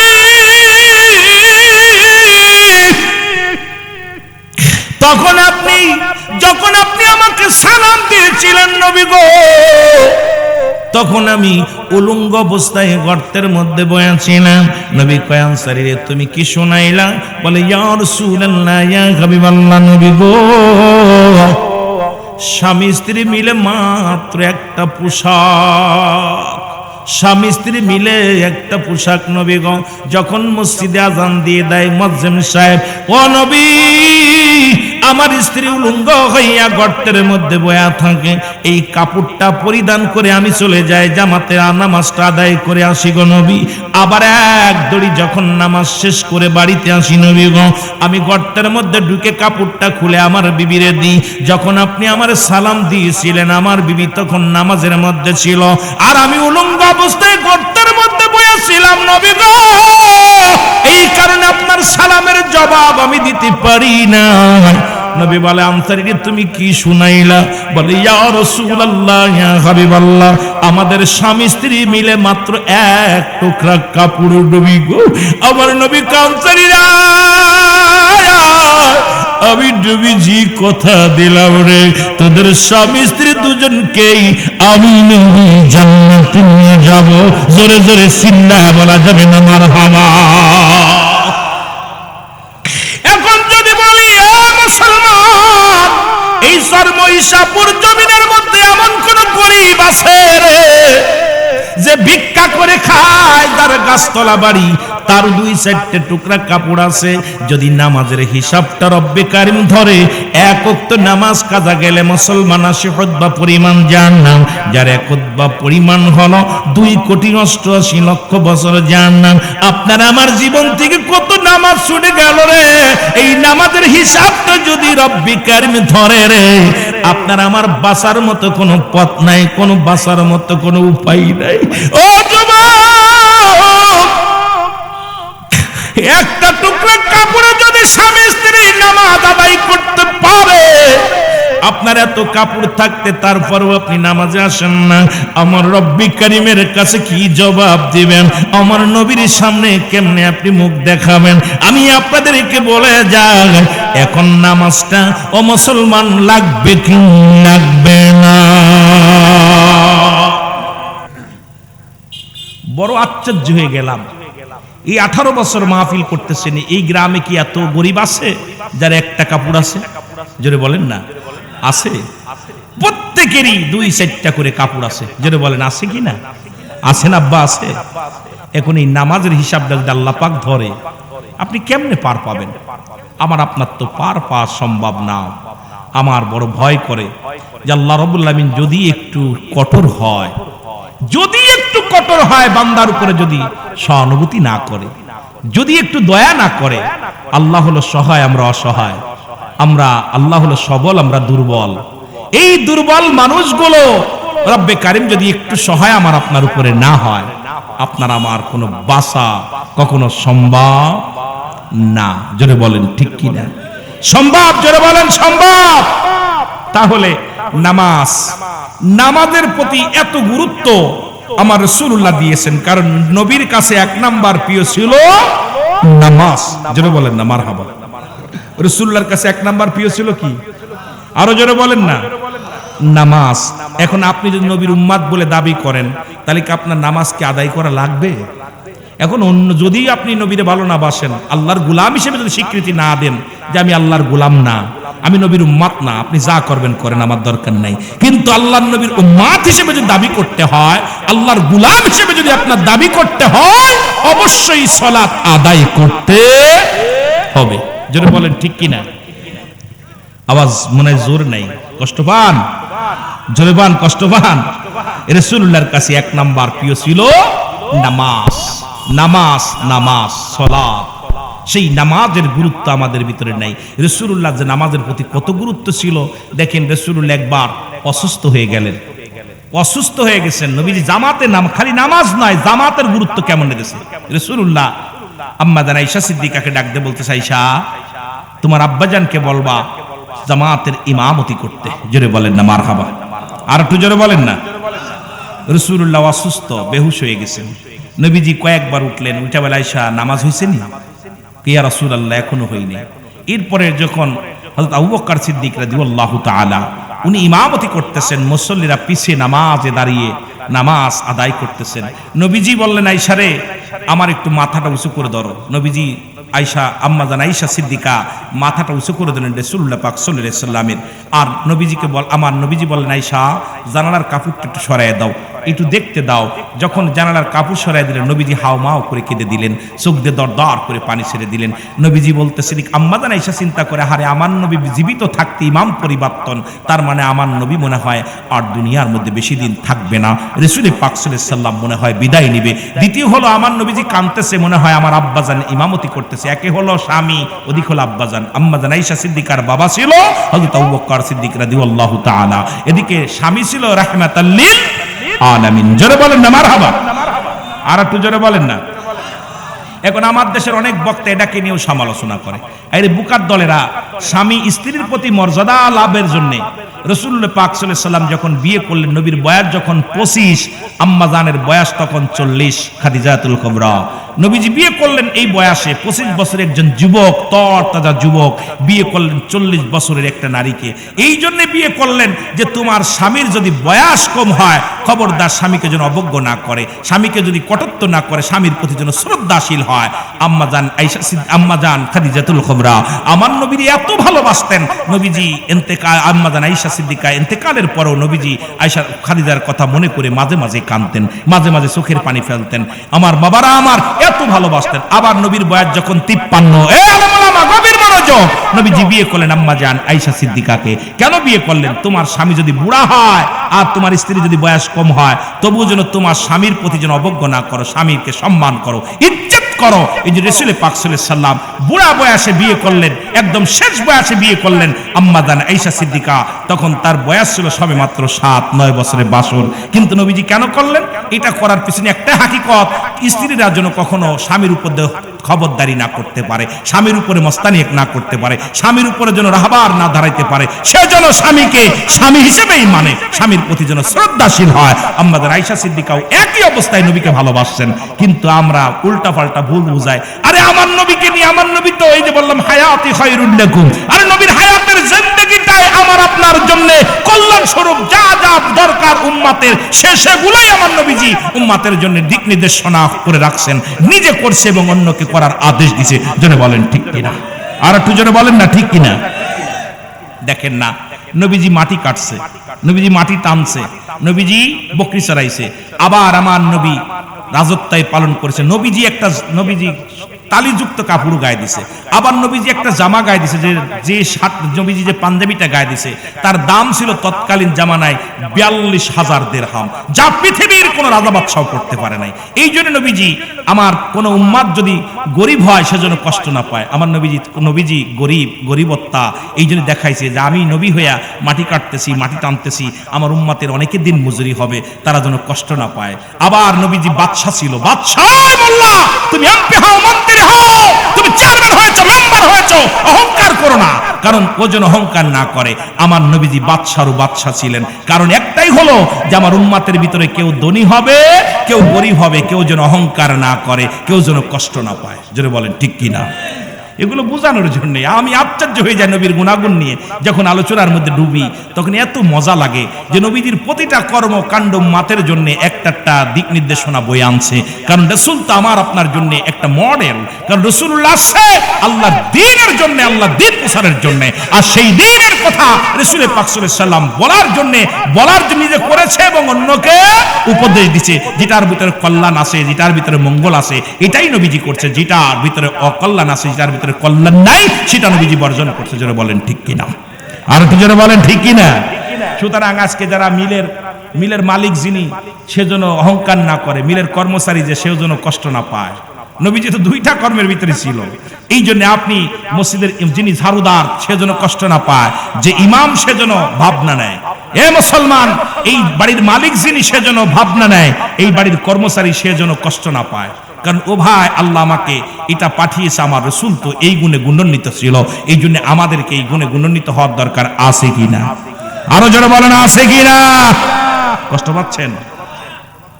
রাসূল পাক সাল্লাল্লাহু আলাইহি সাল্লাম দরদার করে চোখের পানিগুলো ছেড়ে দিলেন। আমার নবীজি কান্না করে আম্মা জানা এসে বলি, ইয়া রাসূলুল্লাহ, ইয়া হাবিবাল্লাহ, আপনি কেন কাঁদছেন? আপনার চোখে কেন পানি গো নবী? আমার নবী বলে, আয়েশা রে, আজকে আমার কষ্টের কান্না নয়, এই কান্নাটা হলো আমার আনন্দের কান্না। কারণ আমি নবী এই নামাজের জন্য কত কষ্ট করলাম, এই জামাতের জন্য কত কষ্ট করলাম। আমি নবী নামাজের জন্য সাহাবীদেরকে দাওয়াত দিছি, কতই নামার উপর আক্রমণ হয়েছে, কত নির্যাতন সহ্য করেছি আমি নবী। এই নামাজের কথা বলার কারণে, এই ইমানের কথা বলার কারণে আমি নবী জর্জরিত হয়েছি, কষ্ট পেয়েছি। আজকে আমি দু চোখ ভরে দেখতে পারলাম, যাবার সময়, আমার চলে যাওয়ার সময় আছে, আমি দু চোখ ভরে দেখতে পারলাম আমার উম্মতিরা জামাতে নামাজের, মুসলমান জামাতে নামাজ আদায় করতেছে। আর দুজনে বলেন না মারহাবা। আমি নবী এটা আনন্দের কান্না যে আমি চলে গেলেও দুঃখ নাই, আমার উম্মতিরা সালাত আদায় করবে, শুধু একাকী নয়, জামাতের সঙ্গে আদায় করবে। এই জন্য নবীর উম্মতিরা শুনে নাও, এই নামাজের প্রতি গুরুত্ব দিয়েছেন আমার নবীজি। নামাজের যত্নবান হও। নামাজ কাফের এবং মুসলমানদের মধ্যে পার্থক্য হলো সালাত, সালাত, সালাত। নামাজ মুসলমান শুনে নাও, কাফের নামাজ ছেড়ে দেয় আর মুসলমান নামাজ ধরে। সুতরাং এই নামাজের প্রতি গুরুত্ব আমাদের দরকার আছে কিনা? তবে খেয়াল রাখা লাগবে, লা সালাত কখন ইল্লা ব্যতীত হুজুর মানে হাজার নাজের কল মানে আত্মা, সালাত মানে নামাজ। খুব গুরুত্ব, মুসলমান শুনে নাও, লা কখনো ইল্লা ব্যতীত হুজুর মানে হাজার নাজের কল মানে আত্মা, সালাত মানে নামাজ। এখন এই নামাজের মধ্যে আজকে নামাজ আপনার নামাজ হয়ে গেছে, আপনি বুঝতে পারবেন যখনই আপনার নামাজটা আল্লাহর দরবারে কবুল হয়ে গেছে, আপনি নিজেই বুঝতে পারবেন। আজ থেকে আপনার চলা চলতে সব পরিবর্তন হয়ে যাবে, কথা বলার ধারণ বদলে যাবে, চলার ধারণ বদলে যাবে, ব্যবহার বদলে যাবে। কারণ আপনি বুঝতে পারবেন তখনই আপনার নামাজ কবুল হচ্ছে। কিন্তু আপনি নামাজও পড়েন, সুবরি চুরি করেন, নামাজও পড়েন, মানুষের ফসল খান, নামাজও পড়েন, মিথ্যা বলেন, নামাজও পড়েন, আবার মুসলমান নাতিরে বিয়ে করতে চান, নামাজও পড়েন, বেগানা নারী নিয়ে গল্প করেন, নামাজও পড়েন, মুসলমান অন্যায় করেন, নামাজও পড়েন, কম বেশি করেন। তার মানে বুঝবেন আপনি সারা জীবন নামাজ পড়তেছেন, এই নামাজ রব্বে কারিমের দরবারে কবুল হয় নাই। আপনার নামাজটা কবুল হবে, আপনি নিজেরটা নিজে অনুভব করবেন। যখন নামাজ কবুল হয়ে গেছে, আপনার পাটা একটু জোরে জমিনের মধ্যে পড়বে না, কোনোদিন কোনো বেগানা নারীর দিকে আপনার চোখ যাবে না, দুনিয়ায় কোনোদিন অন্যায় মাথা নত করবেন না। দুনিয়ার যুবক, এই দুনিয়ার মধ্যে মুসলমান জীবন দিয়া দিবেন, তবু মুসলমান ঈমান দিবেন না। এই জন্য নামাজ, আপনার নামাজ আপনার কবুল হয়েছে নিজেই আপনি বুঝতে পারবেন। এই জন্য বাবারা, আমি আপনাদেরকে বলে যাইলা, কখনো ইল্লা ব্যতীত হুজুর মানে হাজার নাদের কল মানে আত্মা, সালাত মানে নামাজ। ওই নামাজে আল্লাহর মিরাজ হয়, আল্লাহর সঙ্গে দিদার হয়। যে নামাজ দুনিয়ার সব কিছু ছেড়ে দিয়া, দুনিয়ার সমস্ত দুনিয়াবি ছেলে মেয়ে, সংসার, পরিবার পরিজন সব কিছু একাকার করে ফেলে দিয়া রব্বে কারীমকে প্রভু বানাইয়া, এ মুসলমান শুনে নাও, একাকার ভাবে সিজদা যখন করতে পারবেন তখনই মনে করবেন আপনার সালাত, আপনার নামাজ এইবারে আল্লাহ কবুল করে নিছে। নামাজ আয়া স্যান্ডেলের চিন্তা, নামাজ আয়া ছেলের চিন্তা, নামাজ আয়া বিবির চিন্তা, নামাজ আয়া ব্যবসার চিন্তা, নামাজ আয়া দোকানের চিন্তা, এই চিন্তা করবেন আর সিজদা মারতে মারতে কপাল ছুঁড়ে ফেলবেন। খোদার কসম করে বলি, কপালে দাগ পড়বে, হাঁটুর মধ্যে দাগ পড়বে।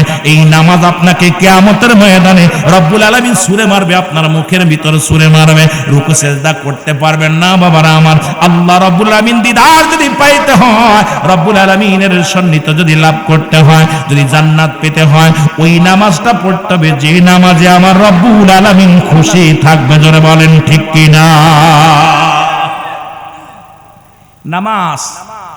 নামাজ পড়তে পড়তে কপাল ছুলে ফেলেছে, পরিবর্তন হয় না মানুষের, এখনো চরিত্র পরিবর্তন হয় না, বড় কষ্ট।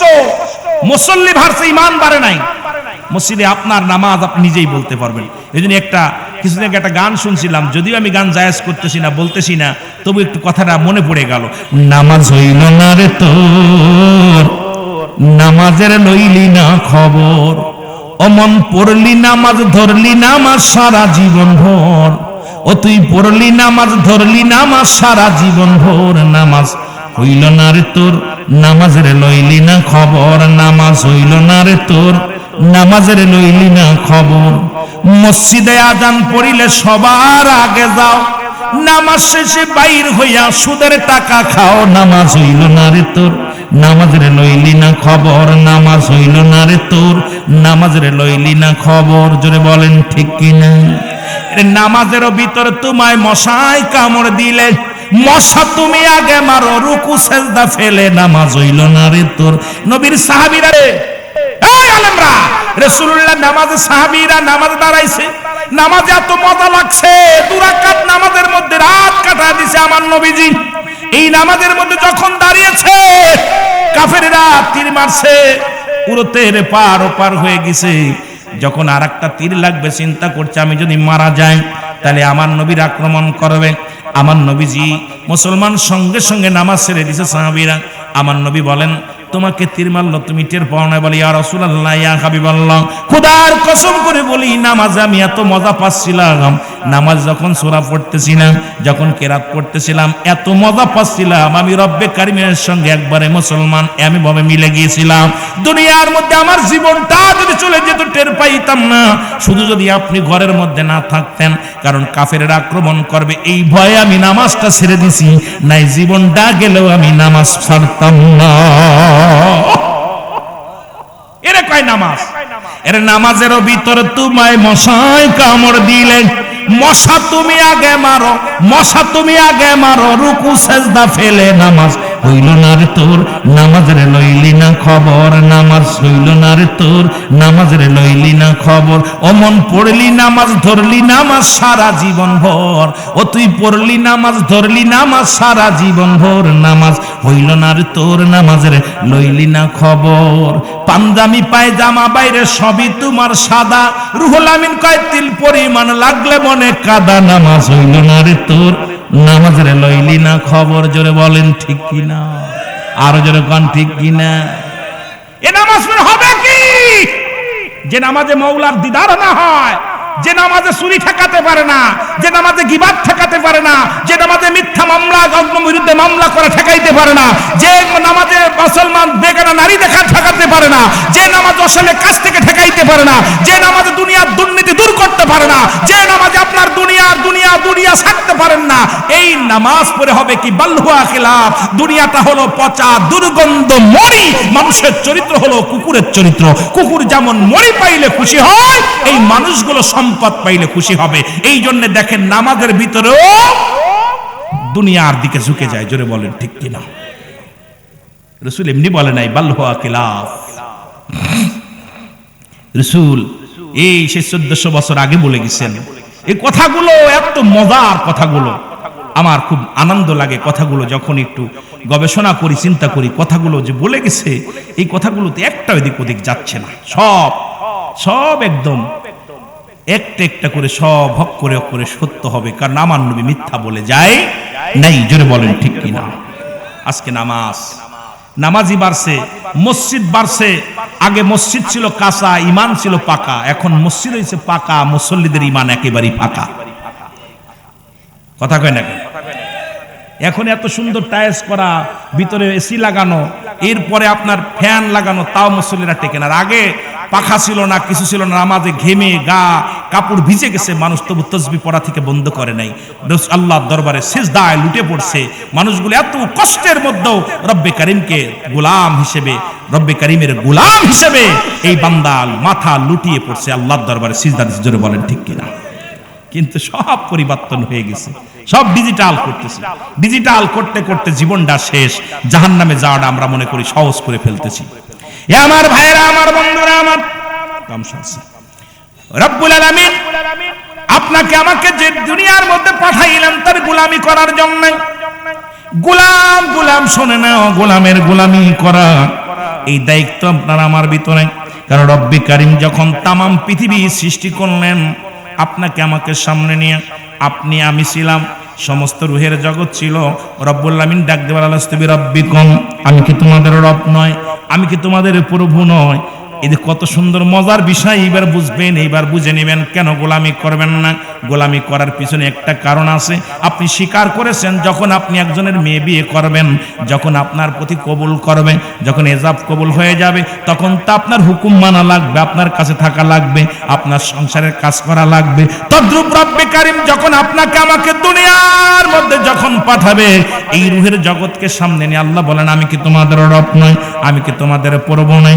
সবাই বলছিলাম ক্বালু বালা, স্বীকার করলাম আপনি আমাদের প্রভু, আপনি আমাদের রব, আপনি আমাদের মালিক। সুতরাং যেহেতু মালিক বলে স্বীকার করলাম, এখন মালিকের হুকুম না মানার কোনো কারণ নেই। অবশ্যই অবশ্যই মালিকের হুকুম মানতে হবে। জোরে বলেন ঠিক কিনা? বাঁচার মতো পথ নাই। আপনি কথার কথা, আপনাদের মধুখালী মিল, টেস্ট কৃষি মিল, জনের আখের মিল, চিনির মিল, এই চিনের মিলে যারা চাকরি করে, এখন চাকরি কর্মচারী যে কাজ, এই কাজ যদি না করে মালিক কি বেতন দিব? কথা বলেন, বেতন দিব? ইমাম সাহেব যদি নামাজ না পড়ায়, আমাদের যে কমিটি আছে টাকা দিব? কথা বলেন না কেন? দিব। এই জন্য আমার বাবারা, আল্লাহ রাব্বুল আলামিন তো একবারে ডাইরেক্ট বলছে, আমি কি তোমাদের রব? সব রুহের জগৎ মাথা নত করে আছে। আল্লাহ কালাস্তাবি রব্বিকুম, আমি কি তোমাদের রব না, প্রভু না? সব বাক্যে এক বাক্যে বলেছিলাম ক্বালু বালা, স্বীকার করলাম আপনি আমাদের রব, আপনি আমাদের মালিক, আপনি আমাদের আইনদাতা, আপনি আমাদের বিচারদাতা, আপনি আমাদের রিজিক দাতা, আপনি আমাদের সব কিছু এক বাক্যে স্বীকার করছি। এখন রব্বে কারিমের যদি গোলামি না করি, যদি আমার আল্লাহর যদি হুকুম না মানি, আমার রব কি আমাকে রাখবে না বাদ দিবে? কথা বলেন, বাদ দিবে। কোথায় দিবে? আল্লাহ বলে বিসমিল্লাহির রাহমানির রাহিম, উইদ্দাতু লিল কাফিরিন। আল্লাহ বলে বেঈমান যারা, কাফের, অস্বীকার করলো যারা, এদের জন্য আমি আল্লাহ রেখে দিলাম একটা নয়, দুটি নয়, সাতটা জাহান্নাম। কয়টা জাহান্নাম? জোরে বলেন কয়টা? কিরা কিরা যাবেন একটু হাত তুলে দেখান দি। একটা লোক নাই। কেমন কিপটে মানুষ, একটাও জান্নাতে যাইতে চান না। জান্নাতে যাইতে চান না কেউ? তাহলে আল্লাহর হুকুম মানতে হবে। কথা বলেন, মানতে হবে। এ আমার ভাইরা, আমার বন্ধুরা, আমার গভীর মনোযোগ। যদিও যে কথাগুলো বললাম, আমার নবীজি বললেন, তোমরা কেউ কি কবুল হজের সওয়াব পাইতে চাও, এই নামাজের মধ্যে নিয়ে আলোচনা যদি করি, রাত কেটে যাবে। সলাৎ সলাৎ সলাৎ। কারণ ওই বললাম, এই ৮০-৮২ বার তাগিদ দিয়েছে আল্লাহ রাব্বুল আলামিন নামাজের বিষয় নিয়ে। আমার ভাই বলছে, ভাই একটু আব্বা মার কথাও বলবেন। আব্বা মার হক ওই পৃথিবীর মধ্যে 14টা। কয়টা? জোরে বলেন কয়টা? আর একটু জোরে বলেন কয়টা? আব্বা মার প্রতি হক আছে কয়টা? কয়টা? আর আসতে না জোরে কইবেন। 14টা হকের ভিতরে মুসলমান এন্তেকালের পরে হলো 7টা। দুনিয়ায় জীবিত থাকতে 7টা। আজকে যারা আব্বা মা হারায় ফেলেছি, একটু হাত তুলে দেখান দে কাদের আব্বা মা দুনিয়ার মধ্যে নাই। বাবা মা হারারে, আব্বা মা হারা মানুষগুলো এখানে বসে আছে। আল্লাহ রব্বুল আলামিন আমাদের যাদের আব্বা নাই, মা নাই, নবীজি বললেন হাতটা নামায় ফেলেন। নবীজি বললেন সাবিরারে, তোমরা কেউ কি কবুল হজের সওয়াব পাইতে চাও? সাহাবীরা বলে ইয়া রাসূলুল্লাহ ইয়া হাবিবাল্লাহ কে বানা চাই? আমার নবী বলেন সাহাবীরা রে, তোমাদের বাড়িতে যাদের আব্বা আছে মা আছে, বাড়ি যা শুধু একবার সালাম দিবা আসসালামু আলাইকুম, তোমার আমল নামে একটা কবুল হজের সওয়াব লেখা হয়ে যাবে। বাবা মার মুখের দিকে তাকাইলে ও যুবক, বাবা ডাক দিছে আমিরুল, বাবা ডাক দিছে রুহুল আমিন, বাবা ডাক দিছে শহীদুল ইসলাম, শুধু মুখের দিকে তাকাইবেন, একটা করে কবুল হজের সওয়াব লেখা হয়ে যাবে। আমার নবীজি বললেন খালি আব্বার মুখের দিকে মার মুখের দিকে মায়ের নজরে তাকাবা, তোমার আমল নামে একটা করে কবুল হজের সওয়াব লেখা হয়ে যাবে। আমার নবীর সাহাবীরা বলে ইয়া রাসূলুল্লাহ ইয়া হাবিবাল্লাহ, এই কাজটা যদি একাধিকবার করি, আমার নবী বলেন যতবার তোমরা করবা ততটা আমল নামায় সব লেখা হবে। জোরে বলেন মারহাবা। ওরে আমি যদি যাই গো মারায়, বলেন আমি যদি যাই গো মারা বিদেশের মাটিতে, লাস্টায় আমার পৌঁছাই দিও মায়ের কোলেতে, বলো লাস্টায় আমার পৌঁছাই দিও মায়ের কোলেতে, বলো আমি যদি যাই গো মারা, আমি যদি যাই গো মারা বিদেশের মাটিতে, লাস্টায় আমার পৌঁছাই দিও মায়ের কোলেতে, লাস্টায় আমার পৌঁছাই দিও মায়ের কোলেতে। গ্রামবাসী রে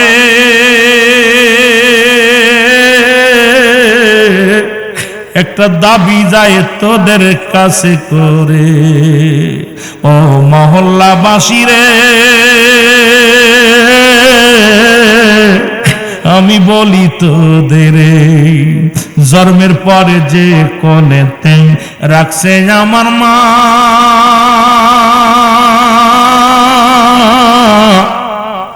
সেই মারে না দেখাইয়া আমার দাফন দিও না, আমার দাফন দিও না। জন্মের পরে যে কোলেতে রাখছে আমার মা,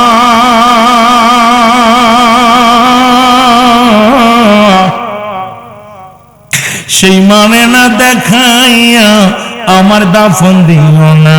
আমার মায়ের মুক্তি দেখলে পারে, মায়ের মুক্তি দেখলে পারে শান্তি পাব কবরে, লাস্টায় আমার পৌঁছাই দিও মায়ের কোলেতে, বলো লাস্টায় আমার পৌঁছাই দিও।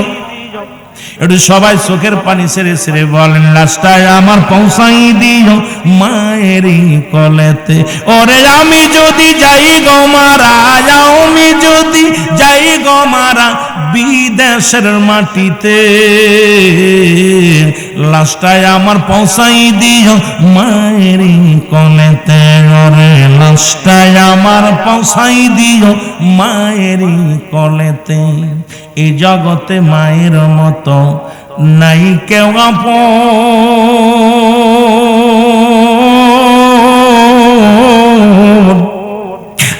আমার দরদি মার না দেখায়া তোরা করাস না কাফন, তোরা পড়াস না কাফন। এই জগতে বাবার মতো নাই কেউ আপন, সেই মা বাবার না দেখায়া তোরা পড়াস না কাফন, আমার পড়াস না কাফন। আমার বাবা মায়ের মুখটা দেখলে পারে, আমার মায়ের মুখটি দেখলে পারে শান্তি পাব কবরে, লাস্টায় আমার পৌঁছাই দিও মায়ের কোলেতে, বলো লাস্টায় আমার। গ্রামবাসী রে আমি দাবি করি তোমাদের কাছে, আমার মহল্লাবাসী রে আমি জানাইলাম তোমাদের, এই জগতে মায়ের মতো নাই কেউ আপন।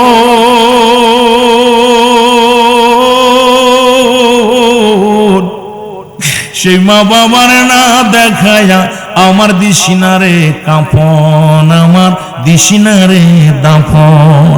আমার মায়ের মুক্তি দেখলে পারে, মায়ের মুক্তি দেখলে পারে শান্তি পাবো কবরে, লাশটায় আমার পৌঁছাই দিও মায়ের কোলেতে বলো, লাশটায় আমার পৌঁছাই দিও। ওরে চাচি বলো ফুফু বলো, মায়ের মতো নয়।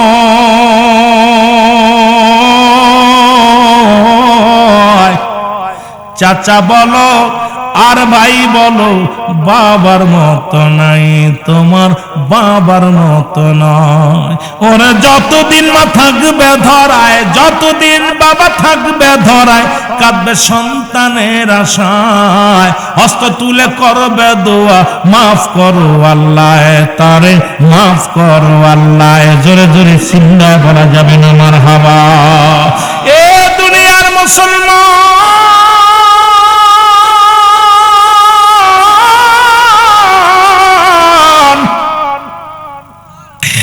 নবী বলেন তোমাদের যাদের আব্বা মা আছে রে, সালাম দিবা, আমল নামায় এই নেকি হবে। সাহাবীদের চোখে পানি, সাহাবীরা কান্দে। অনেক সাহাবী বলে ইয়া রাসূলুল্লাহ ইয়া হাবিবাল্লাহ, এটা যদি একটা সপ্তাহ আগে জানতে পারতাম। নবী সাহাবীরা আমল নিয়ে প্রতিযোগিতা করতেন। নবী গো 3 দিন আগে মারে হারায়া ফেলেছি, 1 সপ্তাহ আগে বাবারে হারায়া ফেলেছি, 1 মাস আগে বাবারে চিরবিদায় করে দিছি। ইয়া রাসূলুল্লাহ ইয়া হাবিবাল্লাহ, নবী গো এই দুনিয়ার মধ্যে আমাদের মাও নাই, আমাদের বাবাও নাই। আরে আমার নবীও কান্দে, জিবরিল ও আমার সাহাবীরা নেই, আমিও নবী এতিম, আমিও নবীর মা নাই বাবা নাই রে মুসলমান শুনে নাও। আল্লাহ কয় জিবরিল তাড়াতাড়ি যাও, আমার হাবিবরে জানায়া দিয়ে যাও, যাদের আব্বা মা দুনিয়ার মধ্যে নাই তাদের জন্য তারা যেন এই দোয়া করে পড়েন, রব্বি রাহমহুমা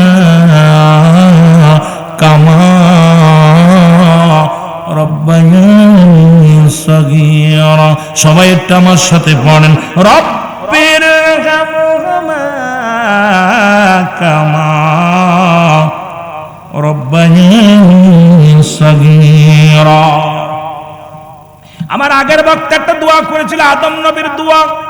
আল্লাহ পাক জানায় দেয়, আদম দোয়া করে বলে, রব্বানা জালামনা আনফুসানা ইল্লাম তাগফির লানা ওয়া তারহামনা লানাকুনান্না মিনাল খাসিরিন। কারণ আদম নবী যখন 340 বছরে যখন কেঁদেছিল যারা নামে, এই দোয়া করেছিল, আমার রব আমার আল্লাহ, আমি জালিমদের অন্তর্ভুক্ত গেছি, আমারে তুমি ক্ষমা করে দাও। আর আমার নবীরে আল্লাহ পাক জানিয়ে দেয়, জিবরিল যাও যে বলো, ই আমার রব আমার প্রতিপালক আমার আল্লাহ, আমার আব্বা আমার সগীরা গুনাহ মাফ করে দাও, কবিরা গুনাহগুলো মাফ করে দাও, জানা অজানা গুনাহগুলো মাফ করে দাও। আল্লাহ আমার আব্বা আমার জীবনের সব গুনাহগুলো তুমি মাফ করে দাও। আজকে আমরা সন্তান হইয়া, ও যুবক ও যুবক,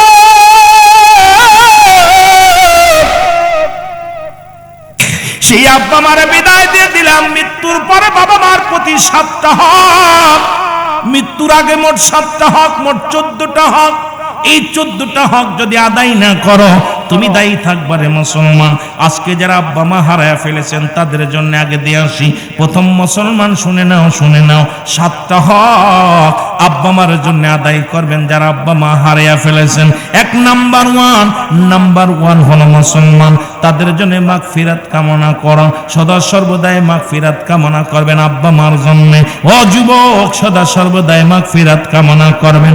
2 নাম্বার, তাদের জন্য সবরেসানি করবেন, যখনই সুযোগ পাবেন তাদের জন্য সবরেসানি করবেন। রব্বি কারীম, আব্বা মার গুনাহগুলো মাফ করে দাও, আমার আব্বা মা দুনিয়ার মধ্যে নেই। 2 নাম্বার হলো তাদের জন্য মুসলমান সবরেসানি করতে হবে। 3 নাম্বার হলো তাদের শরীয়ত মোতাবেক ওসিয়ত পূরণ করা লাগবে। এই দুনিয়ার মধ্যে ওসিয়ত করে গেছে, এগুলো পূরণ করা লাগবে, পালন করা লাগবে। আপনি কেমন ছেলে, ও বাবা ও অনেক বাবা মা দুনিয়া থেকে চলে গেছে, সন্তানের এগুলো আদায় করি না। মুসলমান 3 নাম্বার হলো তাদের ওসিয়াত গুলো পালন করতে হবে।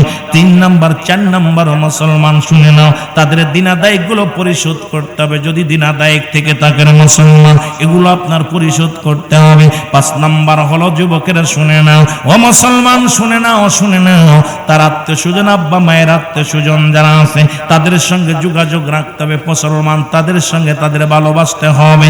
ও মুসলমান শোনো, আমাদের যুগে এখন আব্বা মরে গেলে বাবার চাচা, আমাদের যে চাচা আছে তার চিনি না। 3 তলায় বাস করো, চাচাই ভিক্ষা করে খায়, চাচাই ব্যান চালায় খায়। এরা তুই চাকরি করো, তুই টাকার মালিক। ও যুবক, তোর বাবার ভাই ভালো নাই রে, তোর মার বোন ভালো নাই, তোর এই টাকা পয়সা দেবে কি? বাবা মার আত্মীয় স্বজনের সঙ্গে ও মুসলমান যোগাযোগ রাখতে হবে। ভালো মুসলমান শুনে নাও, 6 নাম্বার বাবা মায়ের আত্মীয় স্বজনের যারা আছে তাদের সাহায্য সহযোগিতা করা লাগবে। এখন আমাদের যুগে এখন মুসলমান এইটা দেখবেন ঘরে ঘরে হয়ে গেছে। মা মারা গেলে খালার যত আত্মীয় স্বজন আছে তাদের চিনি না, যার বাবার বাবা মারা গেলে বাবার আত্মীয় স্বজন যারা আছে তাদের চিনি না। তোর বাবা মা কবরে শুয়ে কষ্ট পাবে রে যুবক,